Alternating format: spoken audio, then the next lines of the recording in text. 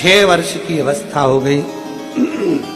6 वर्ष की अवस्था हो गई और 6 वर्ष की अवस्था तक माता पार्वती जी ने शंकर भगवान के पार्थिव लिंग का पूजन, भगवान के पार्थिव लिंग का निर्माण नहीं किया। पार्थिव लिंग का निर्माण करा ही लगी तप साधना में। यह हरतालिका तीज का जो पूजन है, व्रत ही माता पार्वती जी का ही तो है, लगी तप साधना में। किसी ने कहा कि गुरुजी हरतालिका तीज क्या सौभाग्यवती नारियां करती हैं केवल? शिव महापुराण की कथा कहती है भारत की भूमि पर सारे व्रत छूट जाते हैं, पर एक व्रत हरतालिका का ऐसा होता है जो कुंवारी अवस्था में चालू होकर जब स्त्री मरती है तब तक वो व्रत उसका साथ देता है, आखिरी अवस्था तक व्रत चलता है। कुमार अवस्था से चालू होकर, कुमारी अवस्था में व्रत उठाया, चालू हो गया। सौभाग्यवती होकर व्रत उठाया, चालू हो गया। तुम्हारी मर्जी पड़े तब व्रत करो, पर ये व्रत तुम्हारे लिए भी है, तुम्हारे बच्चों के लिए भी है, तुम्हारे पति के लिए भी है, तुम्हारे कुल के लिए भी है और तुम्हारे पूरे संपूर्ण परिवार के लिए। और तुम्हारी आने वाला जन्म, जब तुम्हारे प्राण छूट जाएंगे, प्राण छूटने के बाद तुम्हारी गति क्या हो, तुमने कौन सा व्रत करा नहीं करा, पर हरतालिका व्रत तुम्हारी सारी गतियों को सवार कर तुम्हें शिव धाम में विराजमान कर देते हैं, शंकर की पार्वती बनाकर बिठा देते हैं। शिव पार्वती हरतालिका, पार्वती मैया ने पार्थिव लिंग का निर्माण नहीं करा। बैठी हैं पार्वती जी, तप कर रही, साधना कर रही, व्रत कर रही। सूखे पत्ते का सेवन करना, नासिका के एक छिद्र से श्वास लेना, दूसरे से छोड़ देना, दूसरे से छोड़ते छोड़ते एक ही से लेना, एक ही से छोड़ना। धूप में बैठे रहे, पानी में बैठे रहे, धूप पानी में बैठ कर भी अपनी तप साधना में लगे हैं। जैसे शिव महापुराण के शिव भक्त, वो नहीं देखते कितनी धूप पड़ रही है। शिव महापुराण के शिव भक्त नहीं देखते कि कितनी ठंड पड़ रही है। वो तो पंडाल में अपना कम्बल लिया, नीचे दरी बिछाई, पड़े रहते। वो नहीं देखते कितना पानी पड़ रहा है, उनको मतलब नहीं रहता। वो अपना छाता लिया, भगवान की भक्ति में डूब गए। शिव भक्त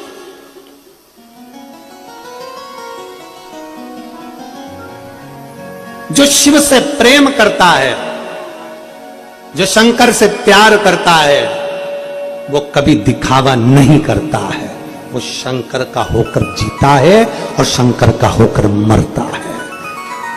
शिव का होकर जीता है, शिव का होकर मरता है, वो कभी दिखावा नहीं करता है। शंकर की आराधना करने वाला, शिव की उपासना करने वाला, शंकर की भक्ति में डूबने वाला, शिव तत्व को जानने वाला, शंकर से प्यार करने वाला, शंकर का स्नेह करने वाला, शिव से प्रेम करने वाला, ये नहीं देखता कि कब दिन है कब रात है। वो नहीं देखता कि कथा कहां, वो तो कथा का आनंद लेने के लिए पहुंच जाता है। कथा कहां हो रही, कई लोग पंडाल में, वर्धन जी आपकी कथा के पंडाल में कई लोग 300 किलोमीटर, 500 किलोमीटर, 600 किलोमीटर दूर दूर से आए कथा सुनने के। उसको नहीं मतलब, उसको मतलब है केवल महादेव। पार्वती, मैं तुम्हें प्राप्त हुआ हूं, यह हरतालिका तीज के व्रत का फल है। शिव जी कहते हैं पार्वती, जो नारी हरतालिका तीज के व्रत का स्मरण करती है, फुलेरा जो बांधा जाता है उसमें 5 माला से ज्यादा माला लटकना चाहिए, 5 से कम नहीं। कितनी? जैसे माला जो लटकाते हो वो 5 से ज्यादा होना चाहिए। 5 तो जया, विषहरा, शामली बारी, दौतली, देव, इससे अधिक होगी चलेगा, पर इससे कम फुलेरे के अंदर माला नहीं होना चाहिए महाराज। दूसरा, फुलेरा जहां हरतालिका व्रत हो वहीं पर बांधा जाता है। हरतालिका तीज का व्रत एक ऐसा व्रत होता है जो मरते दम तक रहता है। इस व्रत को छोड़ा नहीं जाता। ये नहीं किसी और वाले गुरुजी ने कहा और अपन ने एक बार कर लिया और अगली बार वो व्रत गायब हो गया, ऐसा नहीं होता। हरतालिका तीज अखंड सौभाग्य के लिए, वंश वृद्धि के लिए, कार्य सिद्धि के लिए, और कुंवारी कन्याएं उत्तम वर प्राप्ति के लिए, आनंद सुख के लिए करती हैं। ऐसा नहीं है कि केवल स्त्री ही करती है।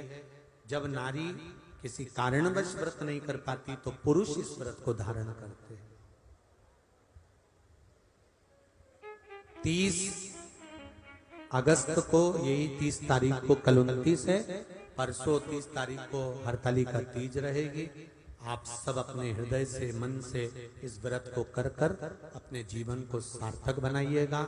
जो करते हैं, कितने लोग करते हो, जरा हाथ उठाइए। हरतालिका तीज इतने सारे करते हो, अरे वाह वाह, कर लो, प्रणाम प्रणाम, आपको बहुत बहुत नमन करता हूं, बहुत बहुत सारा। फुलेरा बांधते हो?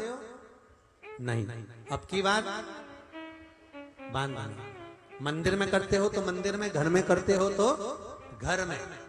फुलेरा वंश की वृद्धि करता है, फुलेरा अखंड सौभाग्य देता है, फुलेरा मन की कामना को पूर्ण करता है। जो बेटियां जिनका विवाह नहीं हो रहा हो, या बेटे जिनका विवाह नहीं हो रहा हो, वो 7 स्थान पर कहीं फुलेरा बंधा हो तो फोन लगाकर पूछना कहाँ बंधा है, वहां का दर्शन करने।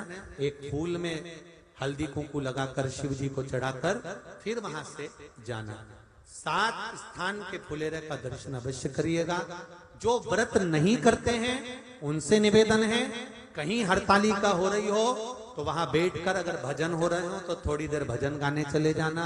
अपने मोहल्ले में, कॉलोनी में, सोसाइटी में कहीं हरतालिका तीज का व्रत हो रहा हो तो 2-4 मिनट जाकर दर्शन जरूर करना, जिससे भोलेनाथ आपका अखंड सौभाग्य करे और आपके मन की फुलेरा जानते हो ना, जिस दिन जहां हरतालिका तीज बनती है, केले के पत्ते के ऊपर जहां शिवलिंग बनता है उसके ऊपर जो फूल की मालाएं लटकाई जाती है या झूमर या पत्ते लटकाए जाते हैं, उसका मात्र दर्शन वो व्रतनीवी कर रही है, उसका उपास नहीं है, उसकी व्रत नहीं है, उसने व्रत नहीं उठाया, उसने उपास नहीं उठाया, ना उसने व्रत उठाया।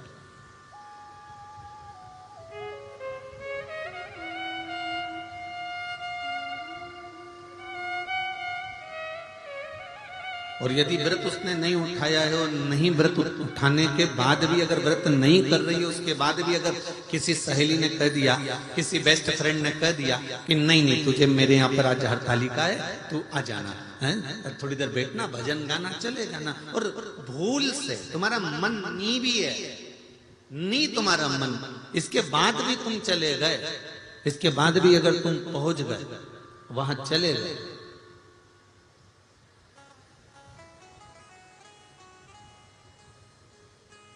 और केवल हरतालिका तीज के उस फुलेरे का दर्शन कर लिया, नहीं है व्रत, और उस फुलेरे का दर्शन कर लिया,